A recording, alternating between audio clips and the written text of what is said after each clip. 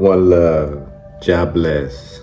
Fire Nelson here, and today is Sunday service.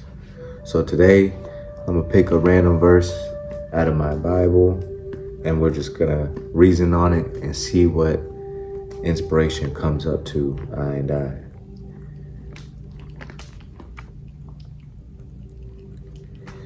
Okay, so we have St. John chapter 5, verse 18.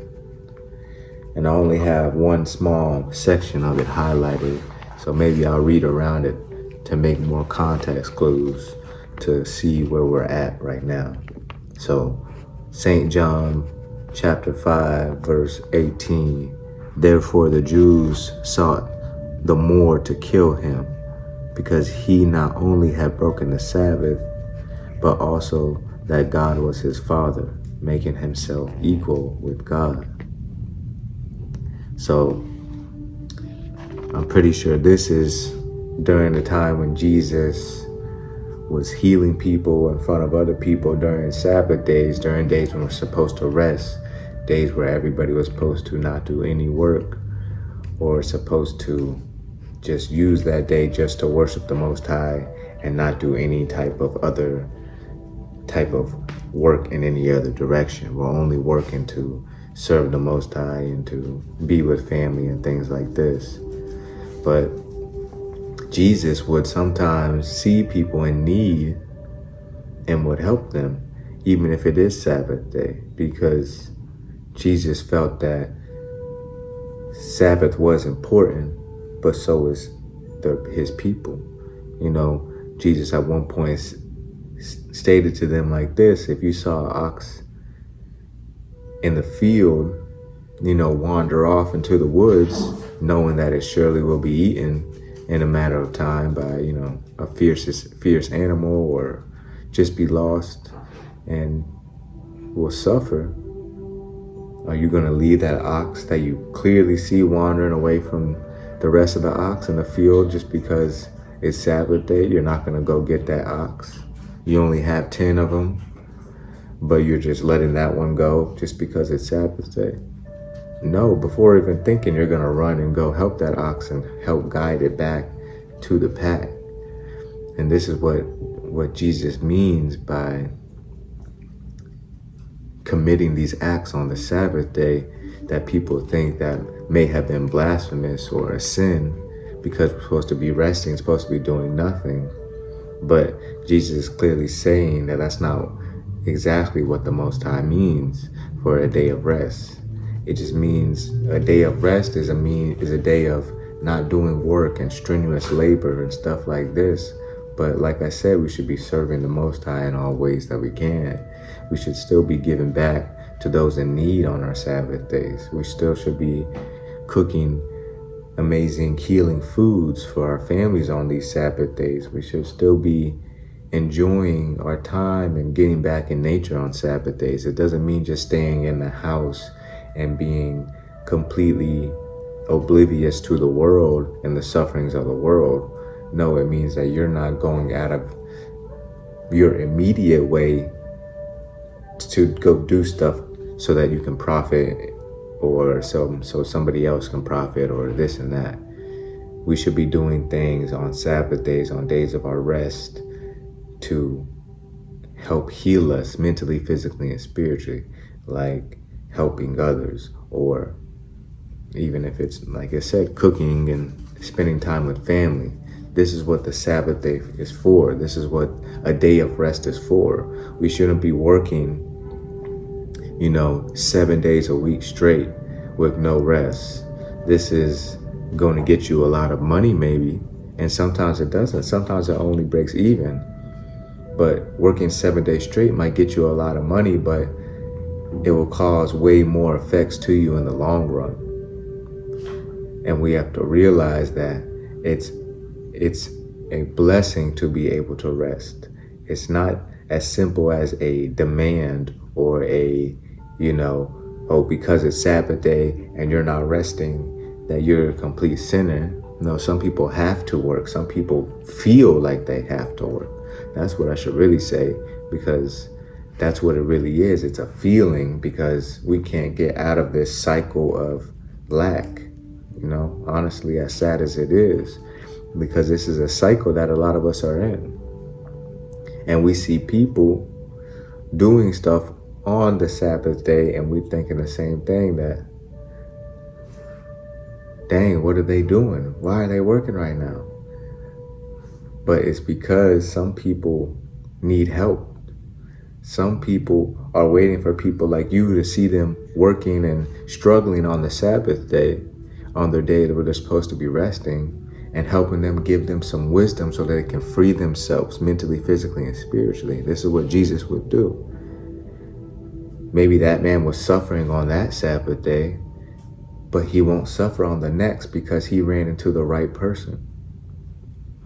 And this is what the Most High is calling us to be. This is what the Most High is calling us to do. Not to ignore the sufferings of the world on our days of rest, on our days of vacation, on our days of retreat, but to still be conscious of our power, of our, influence, of our generosity, of our blessings, our abundance that could be shared with all. It doesn't matter. It doesn't matter if you're only trying to go to the grocery store and back.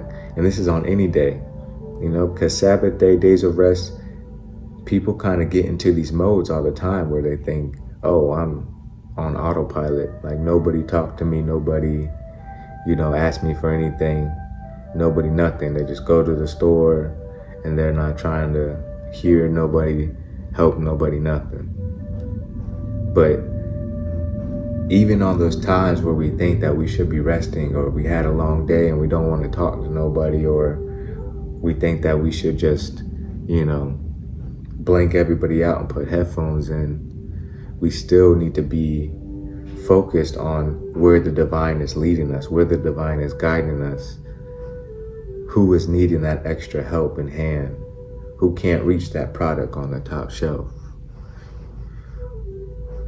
We have to always be a helping hand when we can, even if it's around the house, but especially in public. So we're going to see what Jesus answered to them. So therefore the Jews sought the more to kill him, because he not only had broken the Sabbath, but said also that God was his father. Oh, let's dig into that before we keep reading. But he said also that God was his father, making himself equal with God. So by then, we don't have to say the Jews, but the people of those times who believed in the things that they believed, which is similar to now, it's not just about the Jews, it's about how everybody's beliefs, how everybody thinks that they are separate from the Most High, how everybody thinks that they aren't equal with God. And I'm not saying that I'm equal with God or that every single body is equal with God, but we all have the potential to be equal with God. That's what Jesus is saying, because Jesus also goes on to say that anything I can do, you can do as well, and more. Jesus is leading the way. Jesus is a master. Jesus is a teacher for all of us.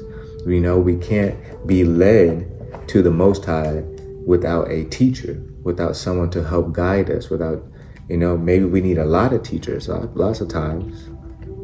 Even people on YouTube, people on podcasts, people, writing these books. These are what you would call teachers. They may not be masters yet like Jesus was, but they're still teachers. And this is what we need to help get closer to the Most High.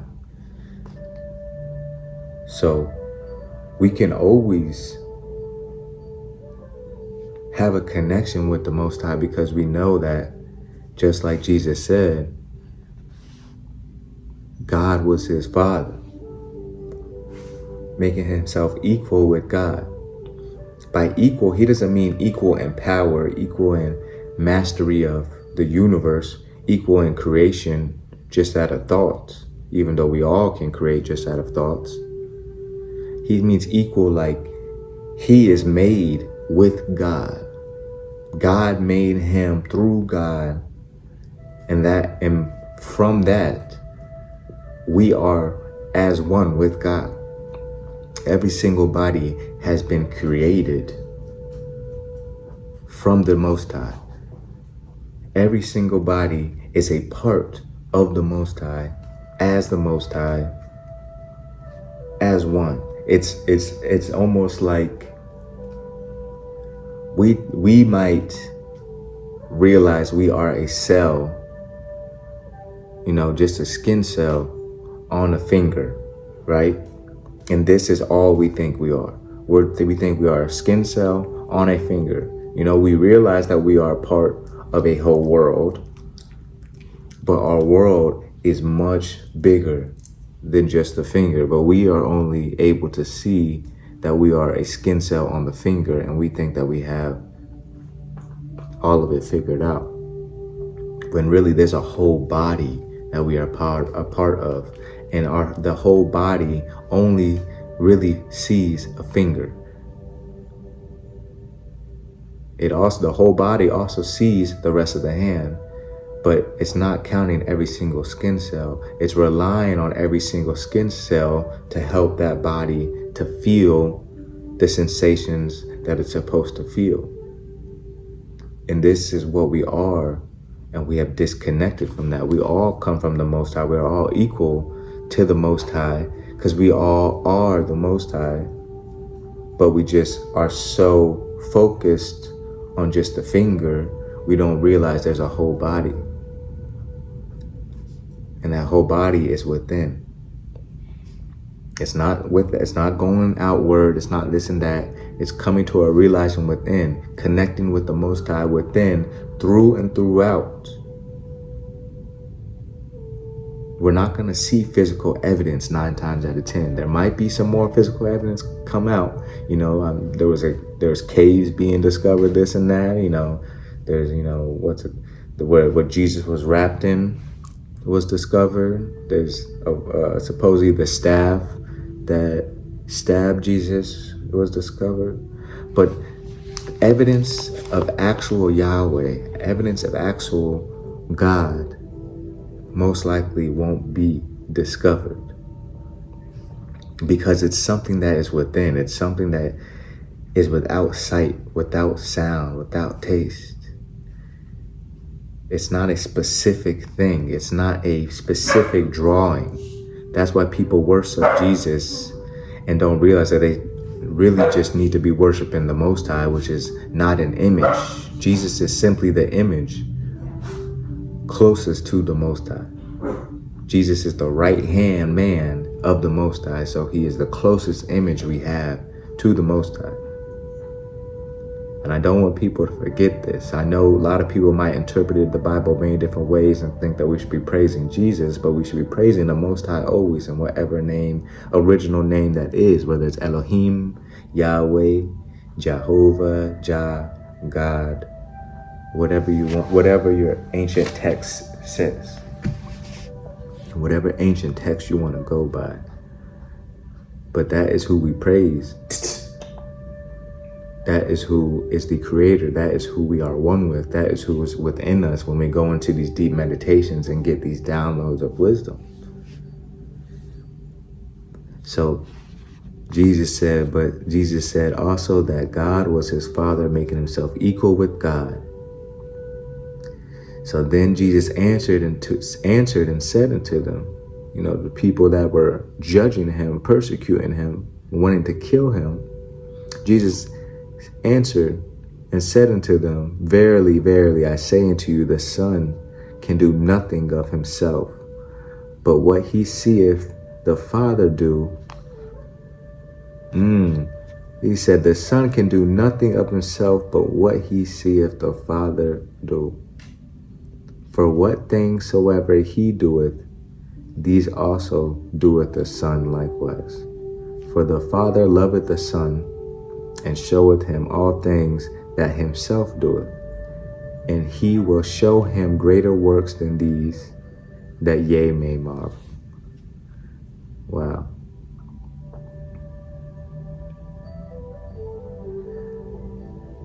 So, Jesus is telling you right there. He doesn't tell you in this scripture specifically that anything I can do, you can do as well and more. But this completely points out what he comes to say later or before, I'm not exactly sure. But we're at St. John verse 5:18 to 20. And I'm actually gonna re-highlight some of that because that's some wisdom there. But the Father teaches the Son. So if we know it and somebody else knew it before us and somebody else before us, wisdom never dies. It is only like transferred. It is like energy. When not wisdom, knowledge never dies. It is always transferred like energy, because knowledge is power, but knowing when to use and when to actually state certain knowledge, that's wisdom. So the Father teaches the Son this wisdom, this knowledge. And we have to realize that is what Jesus is trying to help us interpret. Not what the Old Testament was saying about sacrificing goats and stoning people and judging people and, everybody going to hell. And everybody's just at the mercy of the Most High and doesn't have any control over their life. And they just have to live by these commandments or not, and that's it. No, Jesus is telling you that it's not that simple. It's not as cut and dry as just following the commandments and completely doing nothing and being in bed on the Sabbath day. We have to look deeper into these wisdoms. Even Jesus is saying that these teachings are deeper than what the surface is. Lots of times we get caught up in the surface of what is said. We think just because the Bible is saying a couple bad things, we get caught up in the surface of that and don't look at the deeper wisdom, the deeper metaphors inside of the Bible and the text. Just like Jesus had to do for the people even back then. He's even telling you. They're telling you in the Bible that even the original laws people didn't understand back then. It's a deeper metaphor than just what is stated. It's an inner thing. It's an inner feeling. It's within. It's not just what physical man says and the definition of this word is this word, definition of this word is. It's a deeper understanding, a deeper overstanding, understanding. And this is what we have to look at life like. We have to realize that we need to go inside to really truly understand what's going on in this world. Or else we'll just get caught up in the rules. We'll just get caught up in the face value of things. We won't actually look into the deeper text of things, and we'll miss a lot of the wisdom that is there.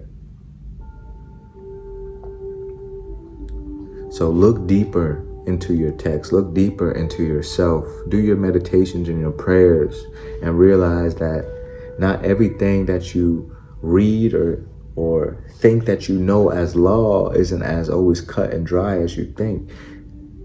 If you're doing things out of a righteous way, sometimes the Most High is going to guide you in ways that other people aren't being guided, because some people have to be shown a path. Some people have to be shocked and think of us as people who have been led astray for them to really get true wisdom.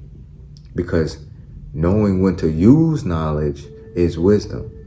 Just having knowledge, that's just power, Anybody can have knowledge and power. But wisdom comes with righteous thinking and true inner understanding. Truly knowing when you're guided and when something in your gut is telling you that is not righteous. So let's live in a righteous way and follow our gut, follow our true instincts, follow our divine oneness. And if you don't know what that voice is inside of you, then I advise you do some meditating, do some deep praying, but especially meditating as long as you can, and really just try to focus on just the nothingness, just the darkness within, and let the light shine through. Because there is a voice, there is a calling, just like Jesus has a voice within him because he's so connected with the Most High. It even says tons of times in the Bible that certain saints and Jesus and so will go and pray for hours or meditate for hours, It will say these words, meditate or pray. It will say these words.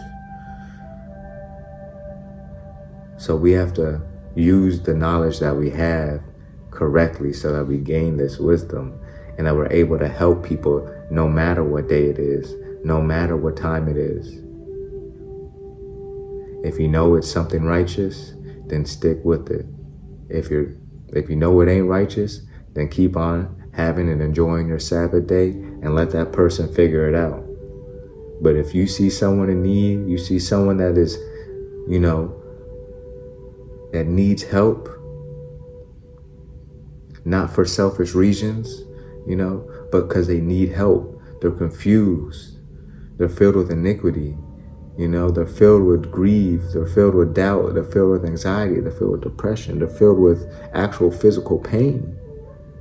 And if you can help them, it doesn't matter what day it is, it doesn't matter what time it is, you should help them. And don't worry about the people who are doubting you, the people who think that you're doing something,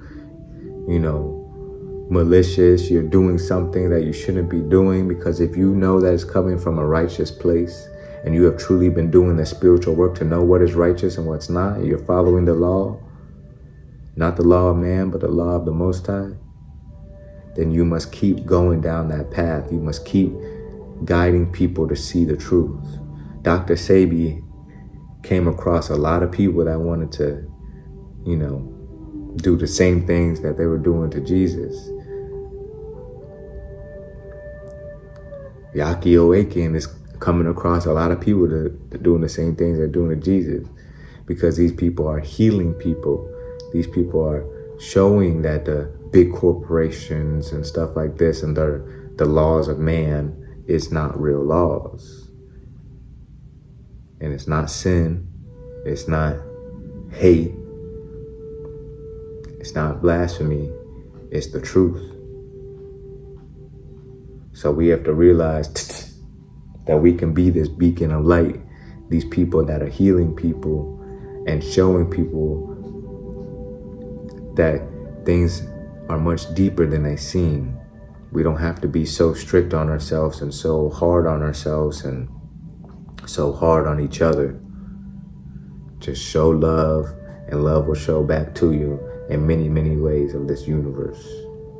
So if you haven't, please subscribe, like, comment, share. And if you notice, I took a break yesterday because I had to have a little Sabbath day. And that's another thing. Sabbath day should really be on Saturday. A lot of people don't know that the week starts really on Sunday, but we have it all crazy, and these people don't really want us to follow the law of the Most High. They want us to follow the law of man. So now our week starts on Monday, and everybody going to church on Sunday, and this place is all backwards. It really is. But do your best. If you're working 6 days a week, rest on the 7th. It doesn't matter if it's Saturday or Sunday, but I was just giving you some background, some history that, Sabbath is really on Saturday and our week's supposed to start on Sunday. So that should show you how backwards the law of man really is compared to the law within. So like I said, one love, keep on being you, keep on striving to be holy, keep on striving to be righteous, and realize that you're made of the same thing that God is made of, as God. That cell that thinks he's a finger, knows he's on a finger, but doesn't realize there's a whole body connected to that finger. And that's us. We're all connected as one with the Most High, with the most divine body. The Father teaches the Son. We are all the sons of the Most High. Jesus was just a perfect master, a perfect example. Just like a Buddha was, just like I don't know too many of them. That's why they're rare. So try to strive to be one of those rare ones. Don't be like everybody else. And keep on doing what you're doing in your spiritual journey, your spiritual awakening. One love.